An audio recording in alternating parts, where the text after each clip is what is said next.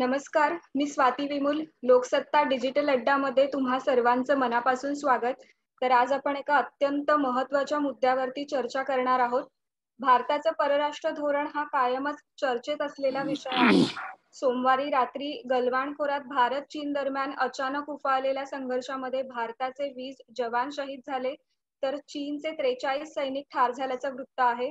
पूर्व लडाख सीमेवरती तणावाचं वातावरण आहे आणि याआधी डोकलाममध्येही चीनने अशीच दादागिरी केली होती.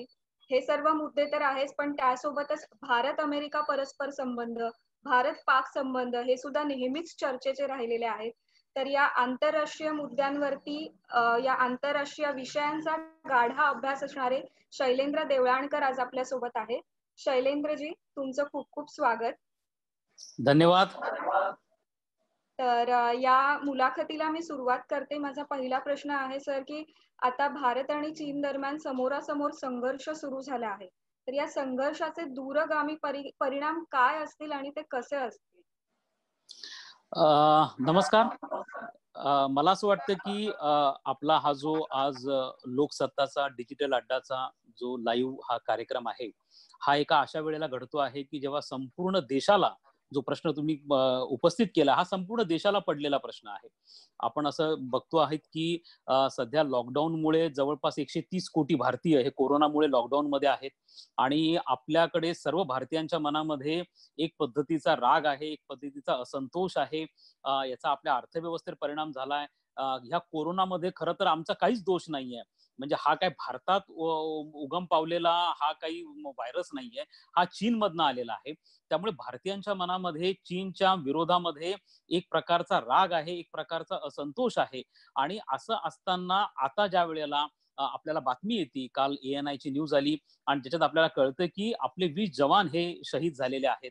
आणि सगळ्यात महत्वाचं म्हणजे कमांडिंग ऑफिसर लेवलचा जो एक अत्यंत महत्वपूर्ण असा एक अधिकारी आहे, कर्नल लेवलचा तो अधिकारी, त्या अधिकारी देखील आपल्या याच्यामध्ये शहीद झालेले आहेत.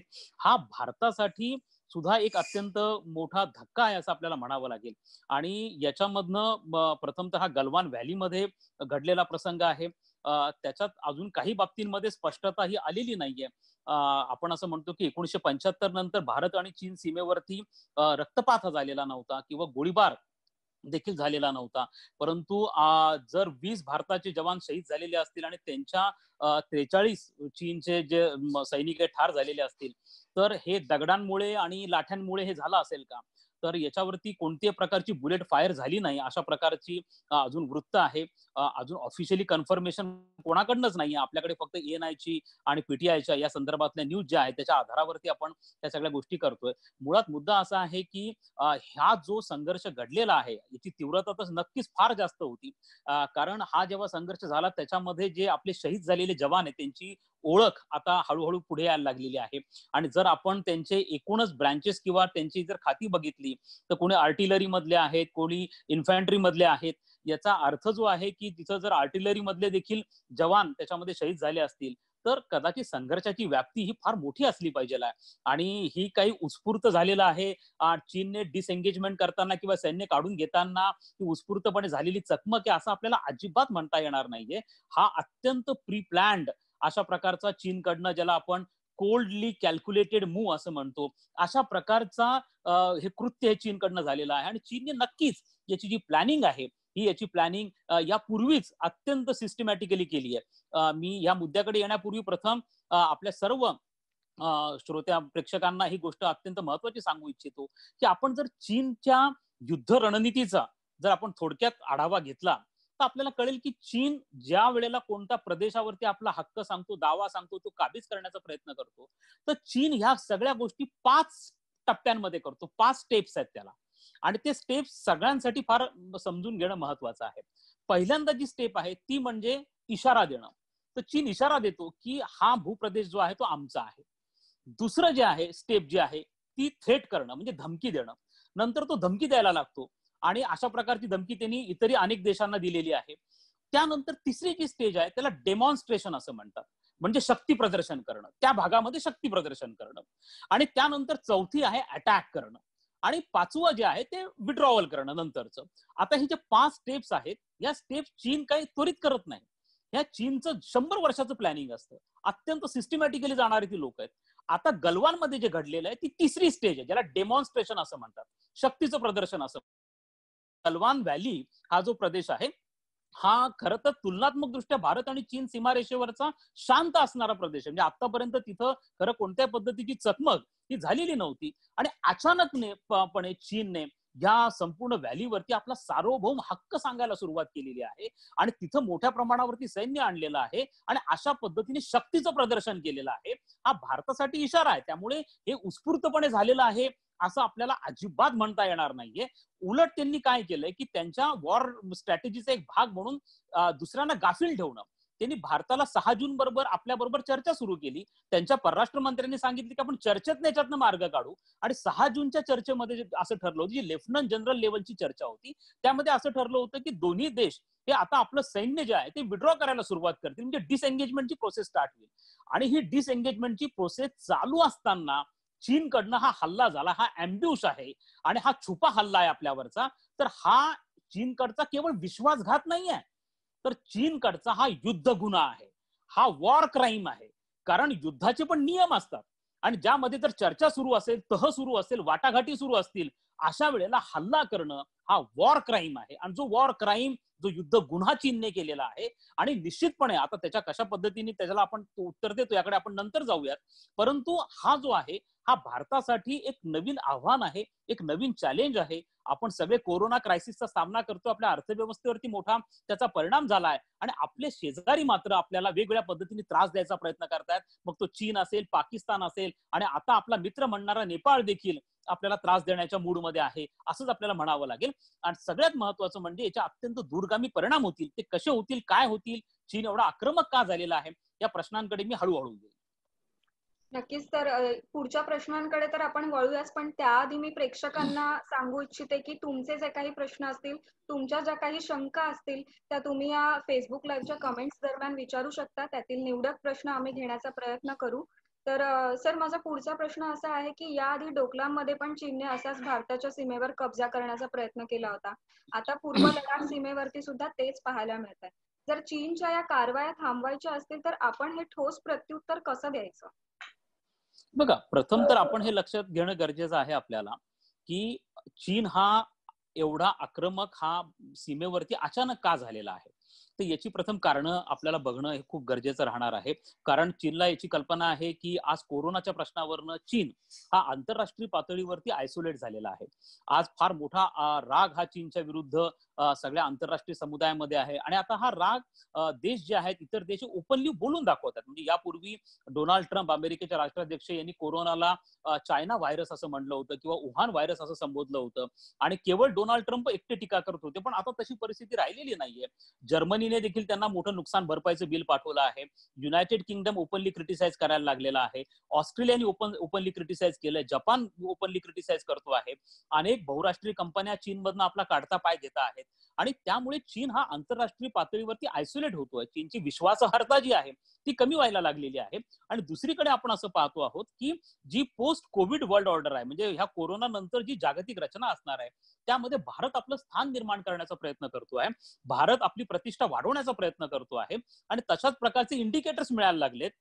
नुकतंच अमेरिकेचे राष्ट्राध्यक्ष डोनाल्ड ट्रम्प यांनी भारताला G7 ही जगातली सगळ्या शक्तिशाली देशांची जी संघटना आहे त्याचं मेंबरशिप ऑफर केलेली आहे. सप्टेंबरमध्ये भारत त्याच्या जी मीटिंग होणार आहे अमेरिकेमध्ये, त्या मीटिंगला, परिषदेला भारत देखील उपस्थित राहणार आहे.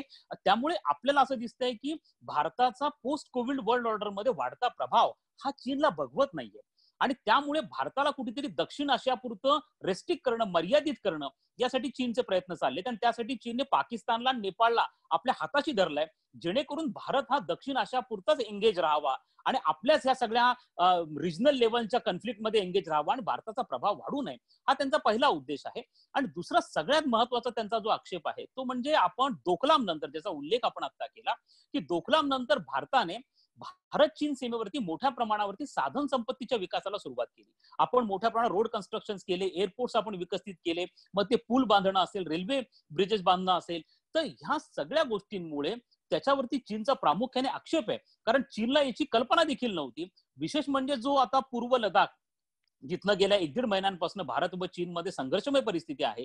या पूर्व लडाखमध्ये जे 2 क्षेत्र आहे, एक गलवान व्हॅली आहे आणि दुसरं पेंगॉंग लेक आहे.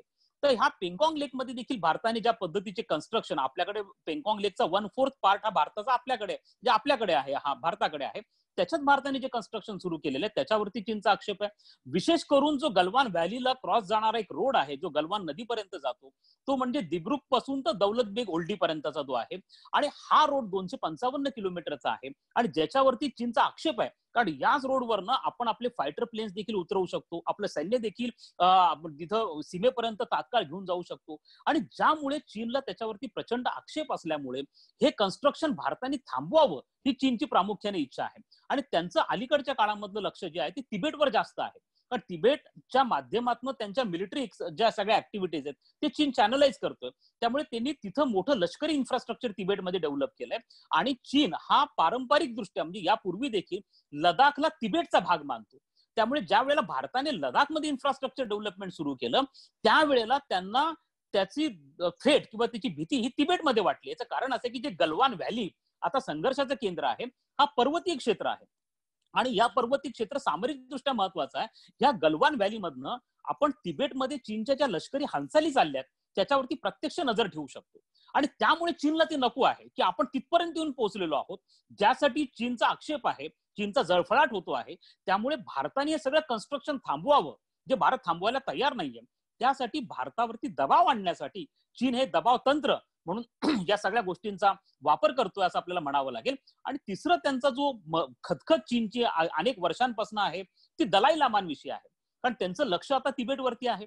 आणि आता जे 14वे दलाई लामा आहेत जे भारतामध्ये आश्रयाला आहेत, आणि आज तिबेटचं जे गव्हर्नमेंट इन एक्झाईल आहे ते भारतातल्या हिमाचल प्रदेशमधल्या धर्मशालामधनं चालतं. आणि ज्याच्यावरती चीनचा आक्षेप आहे. आता 15वे दलाई लामा हे निवडले जाणार आहेत. आणि हे निवडण्यामध्ये चीन म्हणतो की तो पूर्णपणे आमचा अधिकार आहे, आमचा हक्क आहे, आणि चुकूने भारताने किंवा अमेरिकेने त्याच्यामध्ये हस्तक्षेप करू नये असा धमकीवजा इशारा देखील यापूर्वी आपल्याला चीनने दिलेला आहे. त्यामुळे हे कारण जी आहेत ज्याच्यामुळे चीनचा जळफळाट होतो आहे. आणि म्हणून चीन हा संघर्षाचा पावित्रा जो आहे तो चीनने घेतलेला आहे. याच्यातनं चीनला युद्ध करायचं आहे का, तर चीनला युद्ध करायची आता तरी मला असं वाटतं की त्यांची युद्ध करण्याची तयारी नाहीये.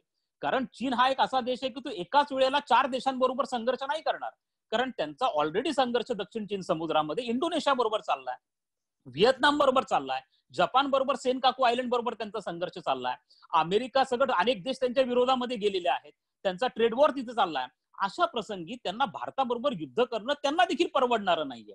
पण ते अशा पद्धतीने दबाव तंत्रांचा वापर करतात जेणेकरून त्यांच्या विरुद्ध जी आंतरराष्ट्रीय फळी तयार होतीये त्याचा भारत भाग बनू नये यासाठी, आणि भारताचं महत्व किंवा भारताची वाढती प्रतिमा ही जी आहे ही रेस्ट्रिक्ट राहावी या दृष्टिकोनातून चीनचा एक दबाव तंत्र म्हणून करण्याचा हा प्रकार आहे. अशा दृष्टिकोनातून आपल्याला याच्याकडे बघावं लागेल. नक्कीच. तरी आता प्रेक्षकांचे सुद्धा भरपूर प्रश्न यायला सुरुवात झाली आहे. तर उमेश मुंडले म्हणून प्रेक्षक आहेत, त्यांनी असं विचारलंय की हे केंद्र सरकारचं फेल्युअर आहे असा विरोधकांचा आरोप आहे, तर हा आरोप योग्य वाटतो का? तो यासाठी मला योग्य वाटत नाहीये. याचं कारण असं आहे की जसं मी सुरुवातीलाच तुम्हाला सांगितलं की आपण जी गलवान व्हॅलीमध्ये चीनने सैन्याची जमवाजमव केलेली होती, त्याला आपण अंडर एस्टिमेट केलं आहे का, त्याचं महत्व आपण कमी लेखलं आहे का, आपण खरंच गाफील होतो का, आणि त्यामुळे हा आपल्यावरती हल्ला झाला असं आपल्याला म्हणावं लागेल का, अशा स्वरूपाचा एक सूर जो आता उमटतो आहे. तर मला यासाठी मी सुरुवातीला जे सांगितलं की ते या दृष्टिकोनातनं योग्य नाहीये की चीनने एक पद्धतीने आपल्या पाठीत खंजर खुपसला आहे. तो कसा केला आहे की त्यांनी आपल्याला खुद्द चीनकडनं प्रस्ताव आला होता, चीनच्या परराष्ट्र मंत्र्यांनी असं सांगितलं होतं की आपण संघर्षापेक्षा चर्चेतनं याच्यातनं मार्ग काढू. आणि आपण चर्चेतनं मार्ग काढत असल्यामुळे चर्चेच्या फेऱ्या सुरू करायच्या होत्या. आणि त्याचबरोबर केवळ मिलिटरी टू मिलिटरी म्हणजे लेफ्टनंट कमांडर लेवलच्या गोष्टी नव्हत्या झालेल्या, तर फॉरेन सेक्रेटरी लेवलचे टॉक झालेले होते, नॅशनल सिक्युरिटी ऍडवायझर लेवलचे टॉक्स होणार होते. त्यांच्या परराष्ट्र मंत्र्यांनी सांगितलेलं होतं की कोणी काळजी करू नका, भारत आणि चीनमध्ये इन्स्टिट्यूशनल मेकॅनिझम उपलब्ध आहे चर्चेचा, आणि आम्ही हा संघर्ष वाढू देणार नाही, आम्ही चर्चा करू. असं करत असताना त्यांनी चर्चेमध्ये आम्ही डिसएंगेज करू म्हणजे आम्ही सैन्य काढून घेऊ हे देखील मान्य केलेलं होतं. म्हणजे एक पद्धतीने त्यांनी आपल्याला चर्चेचं आमिष दाखवलं होतं, आपल्याला गाफील ठेवण्याचा त्यांचा प्रयत्न होता. आणि आता चीन हा डिसएंगेज करतो आहे असा इम्प्रेशन मध्ये आपण होतो, कारण त्यांनी ते मान्य केलेलं होतं. असं असताना चीनकडनं दिला गेलेला हा धोका आहे.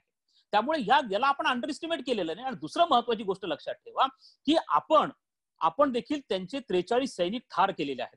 याचा अर्थ तुम्ही लक्षात घ्या, गलवान व्हॅलीमध्ये फाईट करणं हे अत्यंत अवघड आहे. हा अत्यंत पर्वतीय क्षेत्र आहे आणि याच्यामध्ये जगातला सगळ्यात डिफिकल्ट टेरेन मानला जातो हा संघर्ष करण्यासाठी. तिची चढाई करणं देखील अत्यंत अवघड आहे. अशा याच्यामध्ये देखील आमच्या पराक्रमी भारतीय सैनिकांनी 43 सैनिक त्यांचे मारलेले आहेत. आता हे देखील कारण म्हणजे आम्ही देखील त्यांना सडेतोड उत्तर दिलेलं आहे, हे देखील आपल्याला विसरून चालणार नाहीये. त्यामुळे मला असं वाटतं की हा चीनने दिलेला धोका असल्यामुळे त्याचं महत्व आपण ओळखलं नाही असं आपल्याला म्हणता नाही येणार. नक्कीच. तर प्रेक्षकांचे प्रश्न मी या चर्चेदरम्यान घेतच राहीन, पण त्याआधी मी माझ्या पुढच्या सहकाऱ्यांकडे वळते. तर समीर जावळे यांना तुम्हाला प्रश्न विचारायचा आहे. सर नमस्कार. नमस्कार. मला आता तुम्ही जसा पूर्व लडाखचा उल्लेख केला तर त्या उद्देशानेच मला एक प्रश्न विचारायचा की पॅंगाँग आणि टीएसओ जे सेक्टर आहे त्याच्यामध्ये पण चीन आपला दावा सोडायला तयार नाहीये, त्याच्याबद्दल काय सांगाल? एकूणच जो पूर्व लडाखमध्ये आहे म्हणजे त्याच्यामध्ये एक काही टेक्निकल काही मुद्दा आहे, तो पण मी आपल्या सर्व, कारण आपल्याकडे बरेचसे विद्यार्थी हे याच्यामध्ये जोडले गेलेले असतील ह्या संपूर्ण आपल्या लाईव्ह अड्डाच्या जे सगळं चाललंय, फेसबुक लाईव्ह चाललंय त्याच्यामध्ये, त्यांच्या दृष्टिकोनातून देखील मी एक महत्वाचा मुद्दा सांगतो जो विद्यार्थ्यांच्या दृष्टीने महत्वाचा आहे की भारत आणि चीनमध्ये जी सीमारेषा आहे त्याला आपण LAC असं म्हणतो, ज्याला आपण लाईन ऑफ ऍक्च्युअल कंट्रोल असं म्हणतो. आणि भारत आणि पाकिस्तान मध्ये जी सीमारेषा आहे ज्याला आपण LOC असं म्हणतो, काश्मीरमध्ये जे आहे म्हणजे लाईन ऑफ कंट्रोल असं म्हणतो.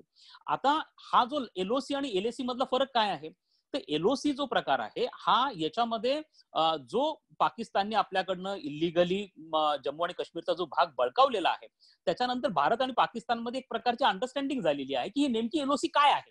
आणि त्यामुळे LOC काय आहे याच्यावरती भारत आणि पाकिस्तान मधली अंडरस्टँडिंग असल्यामुळे तिथं फारसे वाद नाहीयेत. आता मुद्दा जेव्हा LACचा येतो, लाईन ऑफ ऍक्च्युअल कंट्रोलचा येतो, तर आपण लक्षात ठेवणं गरजेचं आहे, जसं तुम्ही पेंगॉंग लेकचं म्हणला, गलवान व्हॅली असेल, तर हा जो सगळा लडाखचा भाग आहे हा बऱ्याच प्रमाणात पर्वतीय अशा स्वरूपाचा भाग आहे आणि इथं सीमारेषा अधोरेखित करणं फार अवघड आहे. भारत आणि चीन मधला सगळ्यात मोठा प्रश्न असा आहे की भारत आणि चीन मध्ये 3800 किलोमीटरची सीमारेषा आहे आणि या सीमारेषेचा सगळ्यात मोठा जो प्रश्न आहे तो असा आहे की सीमारेषा अधोरेखित करण्यात आलेली नाही. म्हणजे जर मधला तुमचा एक पार्ट सोडला नेपाळच्या संदर्भातला, उत्तराखंडच्या वगैरे भागातला, तर हा बाकी विशेष करून लडाखमध्ये जो आहे ही सीमारेषा अधोरेखित न झाल्यामुळे चीनचा या सीमारेषेकडे बघण्याचा दृष्टिकोन जो आहे तो पूर्णपणे वेगळा आहे. भारताचा जो दृष्टिकोन आहे तो पूर्णपणे वेगळा आहे.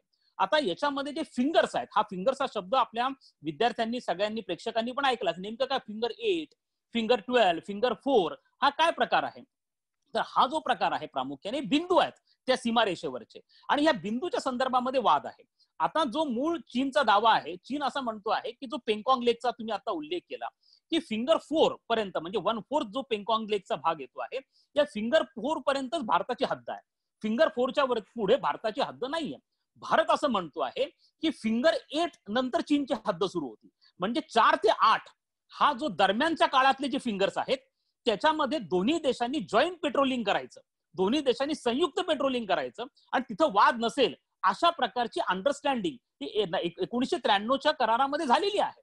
परंतु असं असतानाही चीन आता असा दावा करतो आहे की तो आता जाणीवपूर्वक तिथं जो 4 आणि 8 मधला भाग आहे त्याच्यामध्ये हस्तक्षेप करण्याचा प्रयत्न करतो आहे. तो तिथं येण्याचा प्रयत्न करतो आणि तिथं आपला हक्क सांगण्याचा प्रयत्न करतो आहे.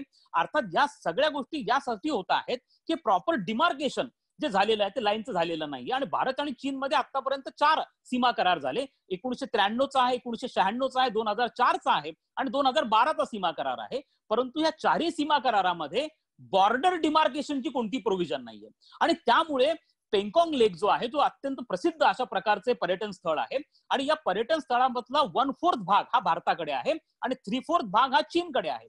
तर हा जो 1/4 भाग आहे तो आपल्या हक्काचा आहे आणि त्या भागामध्ये आपण आता कन्स्ट्रक्शन करतो आहे. ते कन्स्ट्रक्शन चीनला नकोय कारण चीन म्हणतोय की हे कन्स्ट्रक्शन LACच्या जवळ येत आहे, ते LACला क्रॉस करत आहे, लाईन ऑफ ऍक्च्युअल कंट्रोलला क्रॉस करत आहे. त्यामुळे चीनचा त्याच्यावरती प्रामुख्याने जो त्याच्यावर आक्षेप आहे पण तो आक्षेप भारत मान्य करणं शक्यच नाहीये कारण आपण आपल्या हद्दीत आहोत. त्यामुळे चीनला असं वाटतंय की आपण line of actual control cross करतोय, आपल्याला असं वाटतंय की चीन actual line of control cross करत आहे. आता याच्यामधला वाद जो आहे यापूर्वी देखील अशा प्रकारचे वाद नेहमी उत्पन्न झालेले आहेत. परंतु दोघांमध्ये एक अंडरस्टँडिंग आहे की असा वाद जरी निर्माण झाला तरी देखील त्यांनी कुठेही गोळीबार करायचा नाही. त्यामुळे आपण अनेकदा बघतो की ती धक्काबुक्की होती. अनेकदा आणि धक्काबुक्की होऊन काही काळ चीन आपल्या हद्दीमध्ये येतं त्यांचं सैन्य आणि नंतर परत ते विड्रॉ होतात आणि मग नंतर ते पुन्हा जातात. तर असे वाद हे सारखे सारखे निर्माण होत आहेत. परंतु आता मात्र ते गंभीर स्वरूपात झालेत, कारण चीन विड्रॉ करायला तयार नाहीये. चीन डिसएंगेजमेंटसाठी तयार नाही गलवानमधनं. म्हणून हा प्रामुख्याने वाद हा जो आता आपल्याला दिसून येतो आहे.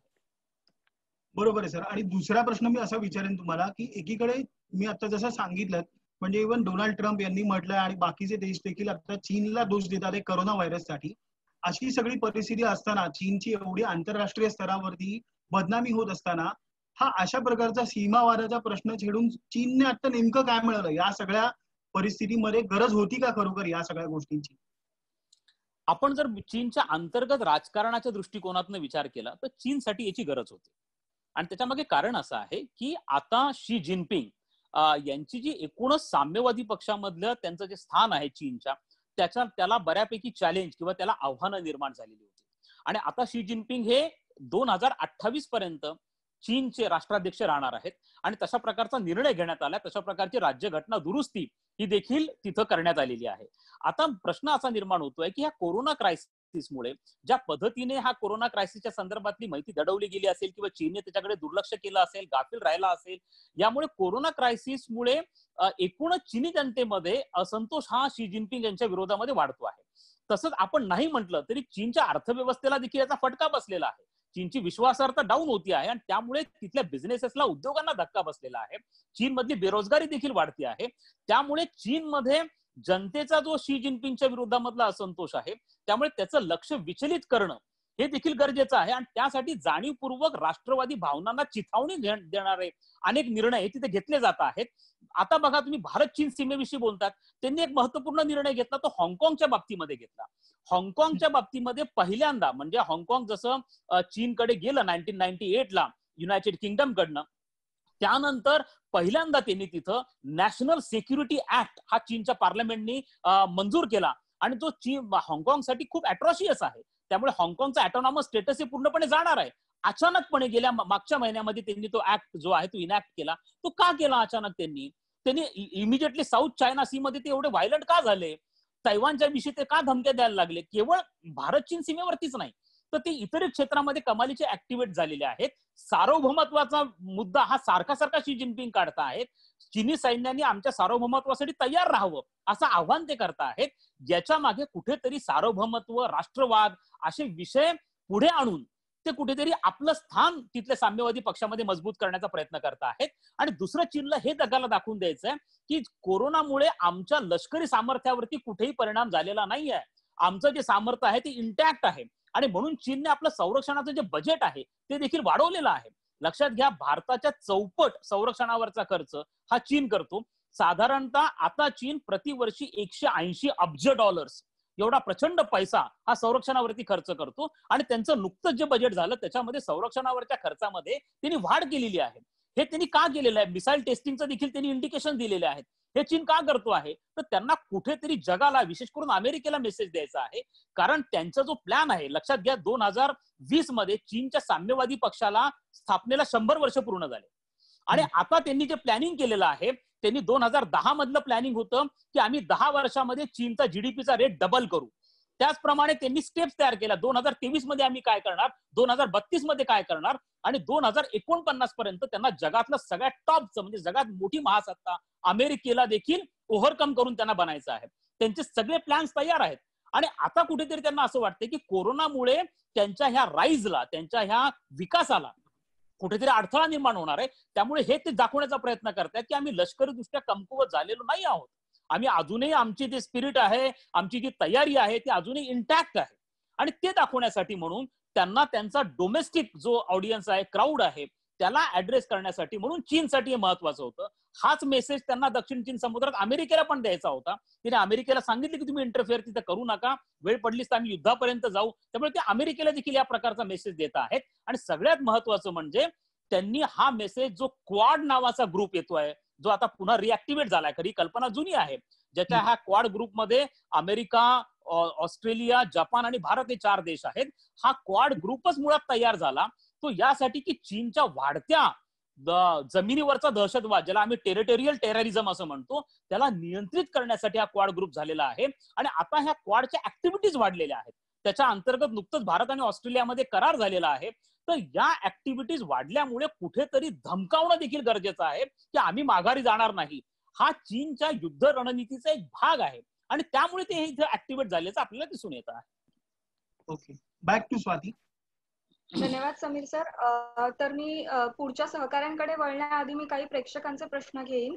अक्षय पाटील म्हणून प्रेक्षक आहेत, त्यांनी असं विचारलंय की चीनी सामानावर बहिष्कार टाकणं कठीण का आहे हे जरा समजावून सांगा. डम्पिंग पॉलिसीवरती काय म्हणणं आहे? अत्यंत महत्वाचा प्रश्न आपण विचारलात. ज्या वेळेला हा कोरोनाचा क्रायसिस भारतामध्ये हा वाढत होता, त्याचा संसर्ग हा वाढतो आहे, त्याच वेळेला एक अत्यंत मोठी मागणी ही अशी लोकांकडनं येते आहे की आपण चीनी वस्तूंवरती बहिष्कार टाकू शकतो का. हा एक अत्यंत महत्वाचा अशा स्वरूपाचा प्रश्न आहे. काही तर इलेक्ट्रॉनिक चॅनल्सनी एक मोहीम सुरू केली, बॅन चायनीज गुड्स अशा पद्धतीने. किंबहुना अनेक मॉल्स, काही दुकानांमध्ये, विशेष करून कारण मॉल अजून सुरू झालेले नाही, दुकानांमध्ये देखील स्पष्टपणे लिहिलेलं आहे इथं चायनीज माल विकला जात नाही. अशा प्रकारचे बॅनर्स, बोर्ड्स आपल्याला दिसायला लागले आहेत. आणि नुकतंच सोनम वांगचुक यांनी एक व्हिडिओ सगळीकडे तो व्हायरल झालाय, त्यात त्यांनी अपील केलंय सगळ्या भारतीयांना की तुम्ही सगळ्यात महत्वाचं म्हणजे ह्या सगळ्या चायनीज वस्तू त्याच्यावरती बॅन करा. पण आपण ह्या संपूर्ण प्रश्नाकडे मला वाटतं अक्षय, आपण इमोशनली बघता कामा नये.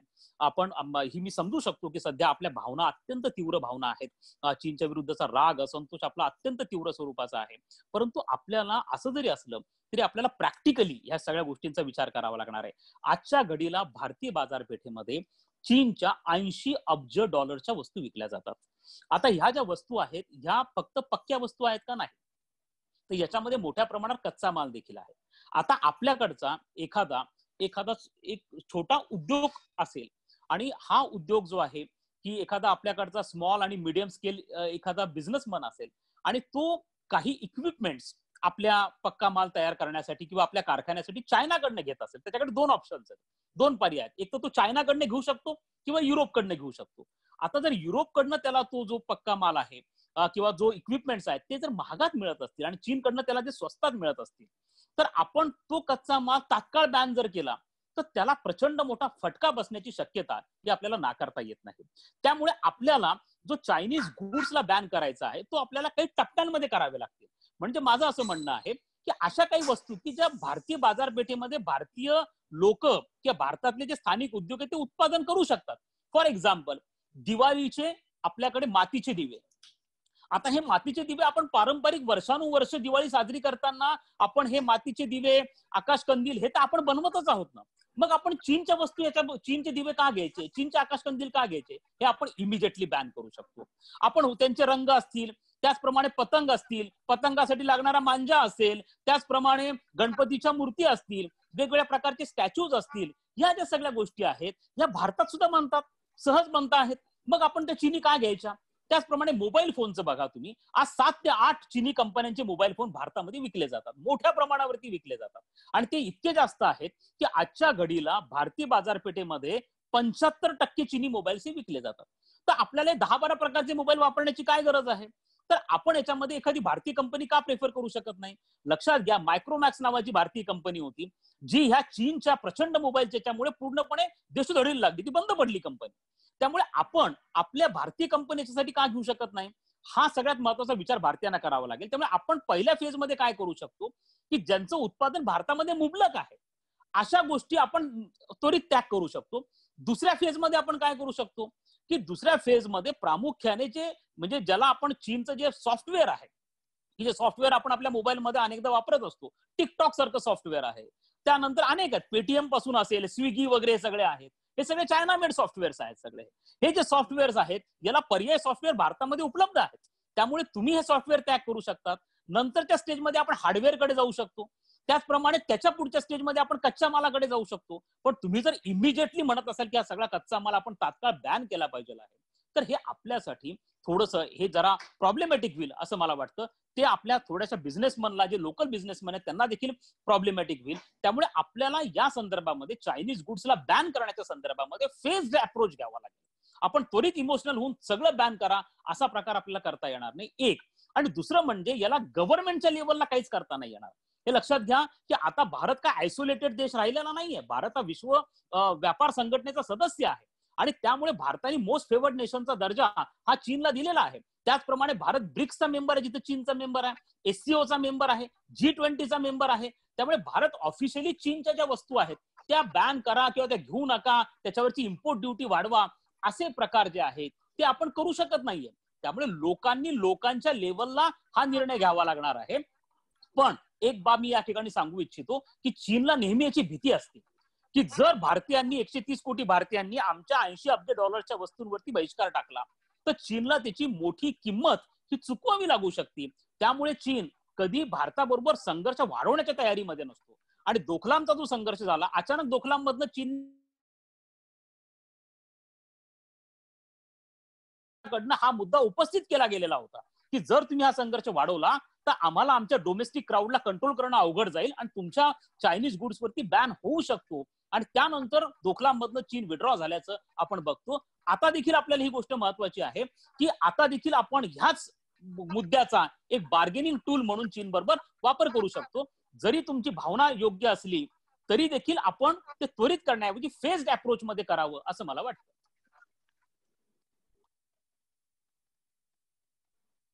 नक्कीच. तर मी पुढच्या सहकाऱ्यांकडे वळते. तर दीनानाथ परब आहेत आपले सहकारी, त्यांना प्रश्न विचारायचा आहे. नमस्कार सर. नमस्कार. माझा प्रश्न हा आहे की आता म्हणजे आपण कोरोना क्रायसिसमुळे चीनमध्ये एक प्रकारचं एक असंतोषाचं वातावरण आहे जिनपिंग यांच्या राजवटी विरोधात. तर नजीक भविष्यामध्ये किंवा अजून काही काळाने तिथे एक सत्ता बदल होऊ शकतो का? नाही, हे अगदी महत्वाचा प्रश्न आपण विचारलात आणि त्याची क्लॅरिटी होणं फार गरजेचं आहे. नेहमीच लक्षात ठेवा की चीन हा एक अशा स्वरूपाचा देश आहे की ज्यांनी अत्यंत सिस्टमॅटिकली आपला विकास घडवून आणलेला आहे. आणि ते करत असताना ते जसं मी तुम्हाला म्हणले की पुढच्या 50 वर्षांचा विकास करून त्या दृष्टिकोनातनं ते संपूर्ण घडामोडी करत असतात किंवा आपली प्लॅनिंग करत असतात. 2015 मध्ये चीनने 2050 मध्ये चीन काय असेल या संदर्भातले गोल्स ठरवले. त्यासाठी 10 वर्षांचे त्यांनी प्लॅनिंगचे टप्पे आखले. आता असं होतं की ज्या वेळेला शी जिनपिंग यांचं जे गोल आहे की ज्यांनी फार चीनला आक्रमक बनवलेलं आहे, म्हणजे पहिले त्याच्यापूर्वी हु जिंताओ होते आणि हु जिंताओनी प्रामुख्याने टेक्नॉलॉजीवरती भर दिला होता. यांनी डिफेन्स मॉडर्नायझेशन वरती आणि आक्रमकतेवरती शी जिनपिंग यांनी भर दिलेला आहे आणि चीनचा पूर्ण प्रभाव हा जगावरती वाढवा त्यासाठी BRI सारखे प्रोजेक्ट त्यांनी हातात घेतलेले आहेत.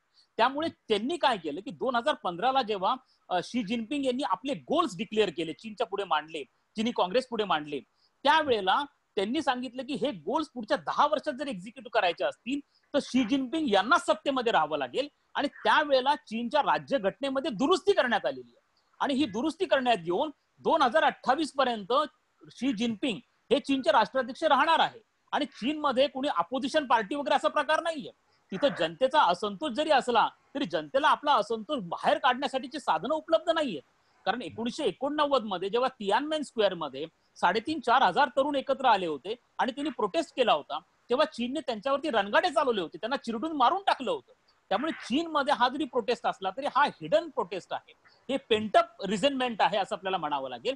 त्यामुळे त्यांना ओपनली अपोज करणं हा प्रकार चीनमध्ये जवळपास अशक्य असल्यामुळे चीनमध्ये नुकताच सत्तांतर होणं किंवा बदल होणं हे अवघड आहे. हे डेमोक्रॅटिक कंट्रीमध्ये होऊ शकतं.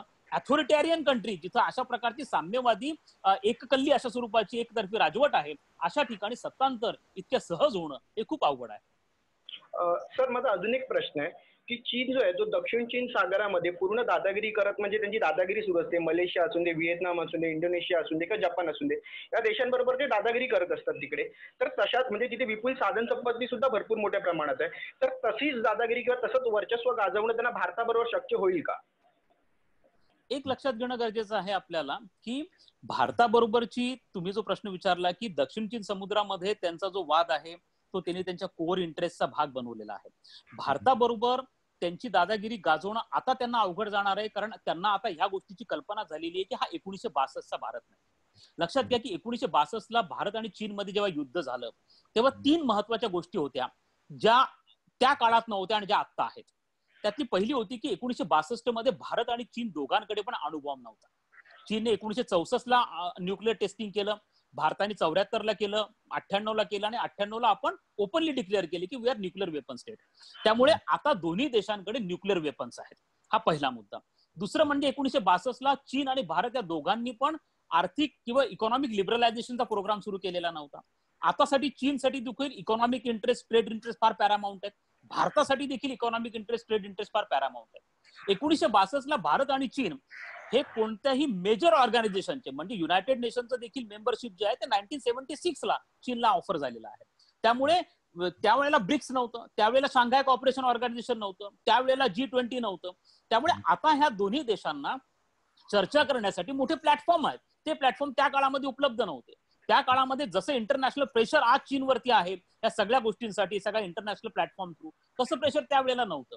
आणि आता भारत अनेक मेजर सगळ्या संघटनांचा सदस्य आहे. तो आता G7चा पण सदस्य बनतो आहे. त्यामुळे चीनला याची कल्पना आहे की हा 1962चा भारत नाही आहे. आणि आता सीमेवरती भारताने मोठ्या प्रमाणात साधन संपत्तीचा विकास केल्यामुळे कोणत्याही शॉर्ट नोटीसला आपलं लष्कर हे सीमेवरती पोहोचू शकतं आणि आपण अत्यंत सक्षम आहोत चीनला दोन हात करण्यासाठी. याची देखील चीनला पूर्ण कल्पना आहे. आणि चीनला हे पण माहिती आहे की संपूर्ण आशिया खंडामध्ये भारत हा एकमेव असा देश आहे की जो चीनला चॅलेंज करू शकतो. आणि म्हणून चीनने दबाव टाकल्यानंतर पण आपण रोड कन्स्ट्रक्शन चालूच ठेवलेला आहे. तो प्रकार इतर छोट्या देशांच्या बाबतीत घडत नाही. ज्यांना चीन धमकावतो, दाबून टाकतो, त्यांना कर्ज देतो, हा प्रकार भारताच्या बाबतीत घडू शकत नाही. याची चीनला कल्पना असल्यामुळे चीन अशा स्वरूपाच्या कुरघोड्या या भारताच्या बाबतीमध्ये करत असतो. तर पुढच्या सहकाऱ्यांकडे वळण्याआधी मी एका प्रेक्षकाचा प्रश्न घेईन. तन्मय राजकारणे म्हणून आहेत, त्यांनी विचारलंय की what is the world's vision towards China after this corona. म्हणजे हे कोरोनाच्या संकटानंतर आता हे जग चीनकडे कोणत्या दृष्टिकोनातून बघतं, त्यांचा काय दृष्टिकोन असेल आहे. आपण लक्षात घेतलं पाहिजे की 2015 मध्ये चीनने त्यांचं एक वर्ल्ड व्ह्यू तयार केला होता.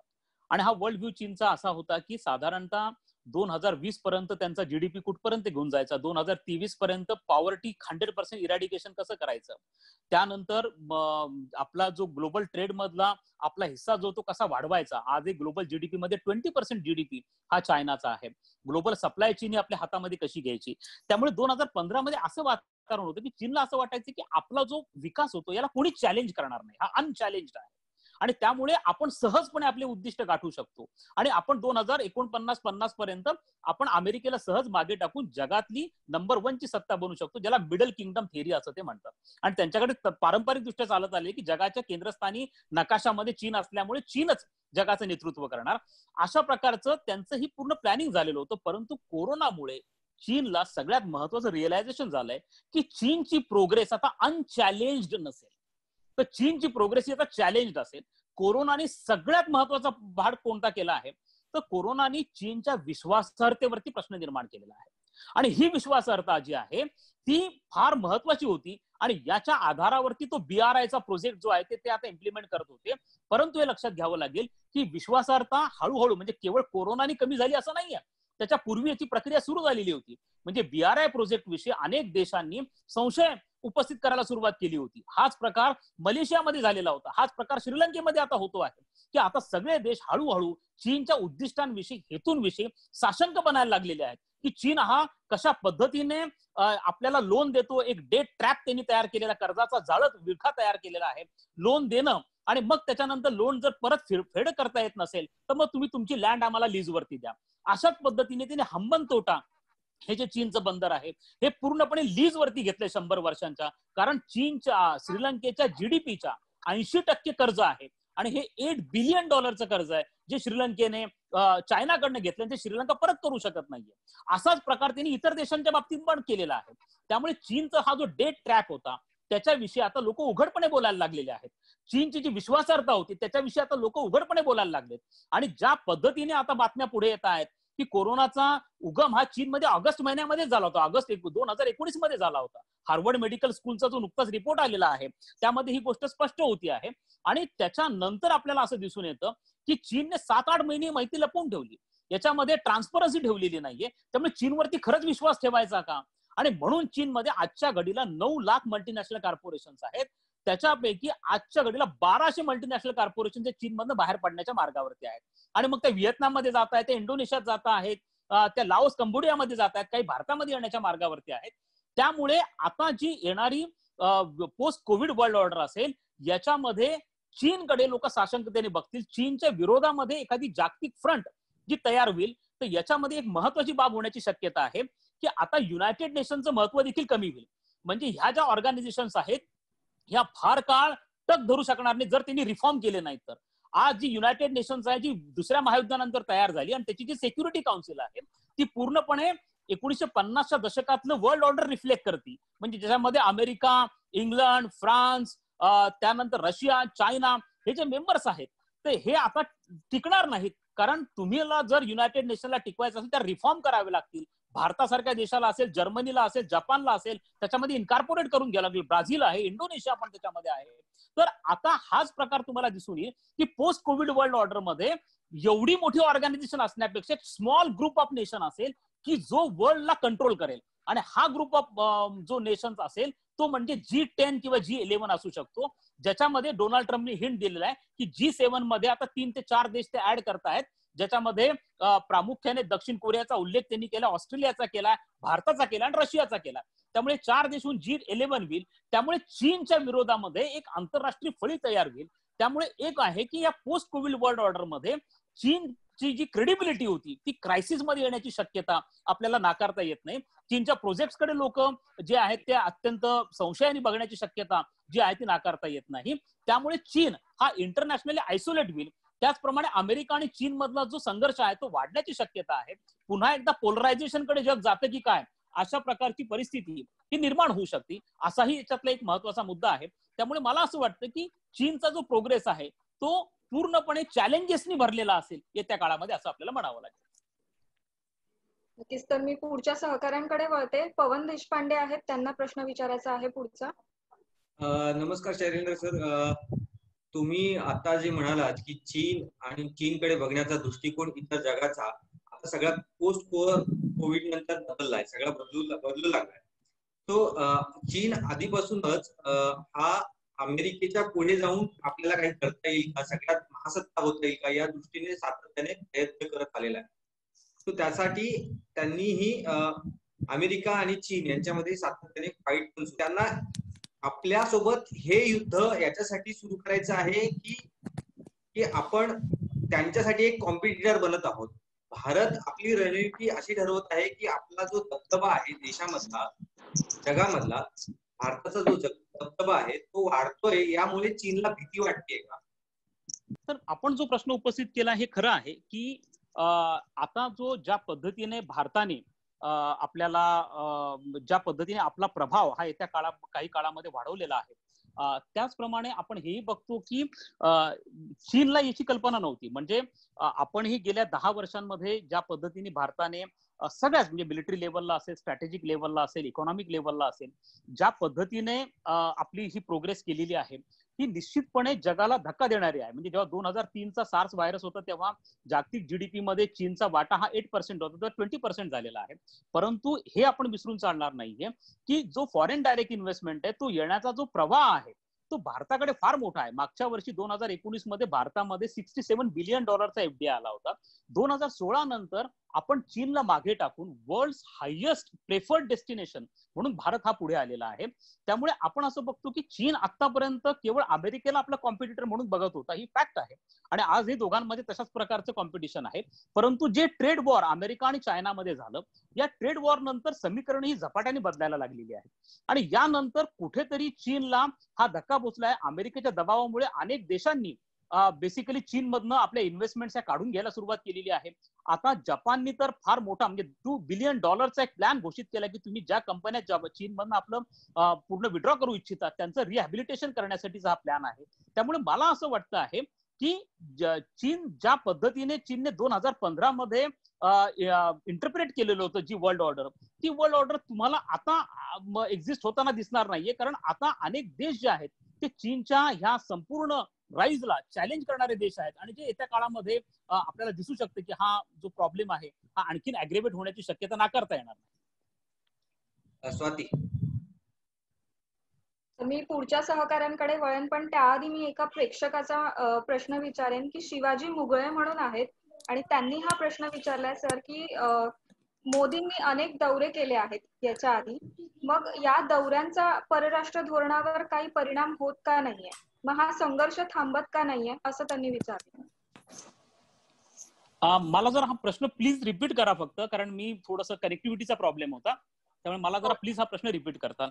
हो नक्की. तर शिवाजी मुगळे आपले प्रेक्षक आहेत, त्यांनी विचारलंय की मोदींनी इतके परराष्ट्र दौरे केले आहेत, अनेक दौरे केले आहेत विविध देशांमध्ये, तर या दौऱ्यांचा परराष्ट्र धोरणावर का परिणाम होत नाहीये?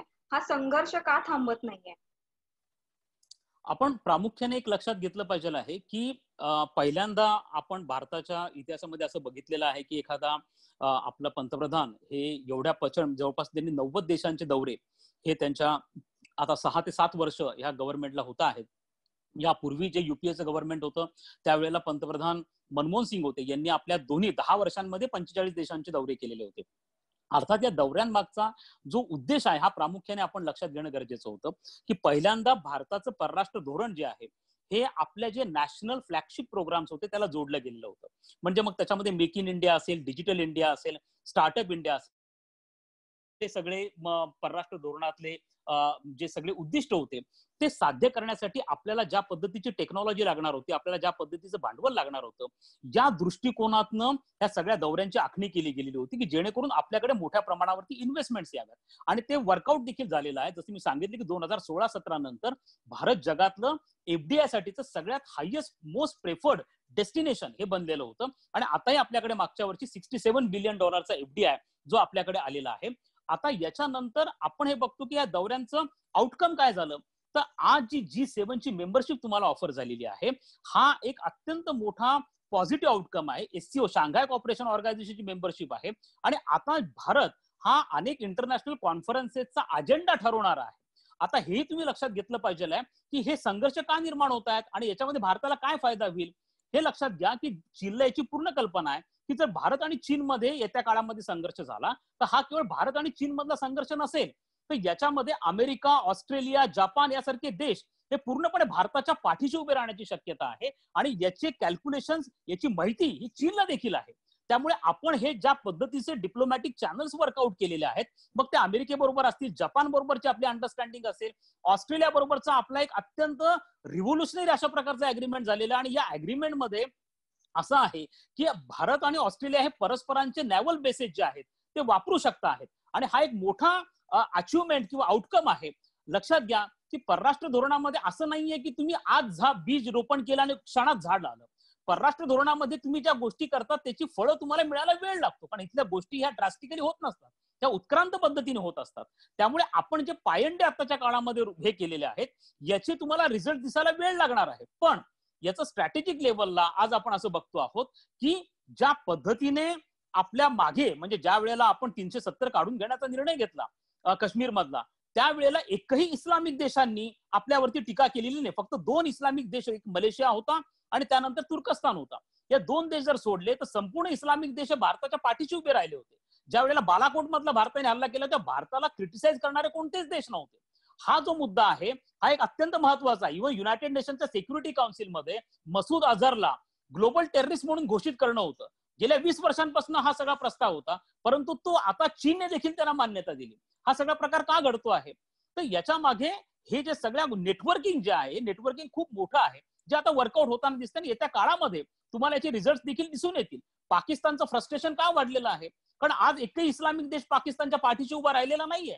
काश्मीरच्या प्रश्नावरनं एकही शब्द काढायला कोणी तयार नाहीये आणि याच्यामुळे पाकिस्तानचं देखील फ्रस्ट्रेशन वाढतं आहे. त्यामुळे संघर्ष जे आहेत, चीनचा जो संघर्ष चीनचा सगळ्यांबरोबरच आहे. त्यामुळे या दौऱ्यांमुळे निदान एक पार्श्वभूमी तयार झालेली आहे की चीन आता भारताला ग्रँटेड घेऊ शकत नाही. म्हणून मी जसं म्हटलं की 1962चा भारत आणि आत्ताचा भारत हा वेगळा आहे, कारण आता आंतरराष्ट्रीय समुदाय हा भारताच्या पाठीशी आहे. तर पुढच्या सहकाऱ्यांकडे मी वळते. जयदीप दाभोळकर आहेत, त्यांना प्रश्न विचारायचा आहे पुढचा. सर नमस्ते. नमस्कार. मगाशी जसं आपला विषय चालू होता की 2050 मध्ये चीन काय करेल, तर असं सगळं नियोजन करण्यामध्ये भारत कुठे मागे पडतोय का किंवा काही मर्यादा येत आहेत का भारतावरती? मला असं वाटतं की अत्यंत योग्य प्रश्न हा विचारला. खरं तर आपण सगळ्यांनी याच्यावरती अत्यंत गांभीर्याने विचार करणं हे खूप गरजेचं आहे असं मला वाटतं. तर याच्यामध्ये आपण देखील जशा पद्धतीचं प्लॅनिंग हे चीनमध्ये केलं जातं, मिनिमम आता त्यांनी 2028 पर्यंत शी जिनपिंग हे चीनचे राष्ट्राध्यक्ष हे राहणार आहेत, अशा पद्धतीचा प्लॅनिंग हे खरं तर भारताकडे करणं अत्यंत गरजेचं आहे. म्हणजे हा प्रश्न तुमचा यासाठी महत्वाचा आहे की ज्या वेळेला आपण असा विचार करतो आहोत की ज्या कंपन्या चीनमधनं बाहेर पडत आहेत काय त्या भारतामध्ये येऊ शकतात का? तर आपण केवळ $20 बिलियन पॅकेज घोषित केल्याने ह्या कंपन्या भारतामध्ये येणार नाहीयेत. तर ज्या पद्धतीने चीनने गेल्या 30 वर्षांमध्ये अत्यंत सिस्टमॅटिकली स्वतःचा विकास घडवून आणलेला आहे, तशाच पद्धतीच्या विकासाचा मंत्र किंवा तशाच प्रकारचं मॉडेल हे भारतामध्ये राबवावं लागणार आहे. ज्या पद्धतीने आज चीनमध्ये इन्फ्रास्ट्रक्चर डेव्हलपमेंट झालेलं आहे, मग ते वुहानमध्ये असेल, ज्या पद्धतीचे इंडस्ट्रियल कॉरिडॉर्स त्यांनी डेव्हलप केलेले आहेत, तसाच प्रकार हा भारतामध्ये होणं हे अत्यंत गरजेचं आहे. त्यामुळे येत्या काळामध्ये आपल्याला पॉलिटिकल लेवलला देखील, म्हणजे आता एक भाग आहे की आपल्याकडे सध्या कोलिशन गव्हर्नमेंट नाहीये, आपल्याकडे मेजॉरिटी गव्हर्नमेंट आहे, आणि ज्या वेळेला अशा प्रकारचं मेजॉरिटी गव्हर्नमेंट असतं तेव्हा निश्चितपणे त्याचे परिणाम हे फॉरेन अफेअर्स वरती, फॉरेन पॉलिसीवरती, डिसिजन मेकिंग मध्ये हे निश्चितपणे होत असतात.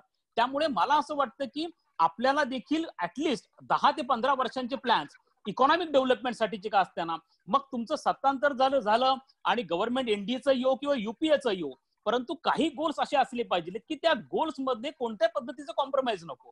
हा प्रकार आपण अमेरिकेकडनं आणि चीनकडनं शिकला पाहिजे आहे आणि त्या दृष्टिकोनातून प्लॅनिंग केलं पाहिजे असं मला वाटतं. स्वाती. धन्यवाद जयदीप आणि धन्यवाद शैलेंद्र सर. ही चर्चा खूपच महत्वपूर्ण ठरली आहे आमच्यासाठी सुद्धा आणि प्रेक्षकांसाठी सुद्धा. तर या चर्चेसाठी वेळ दिल्याबद्दल तुमचे खूप खूप आभार. थँक्यू. धन्यवाद.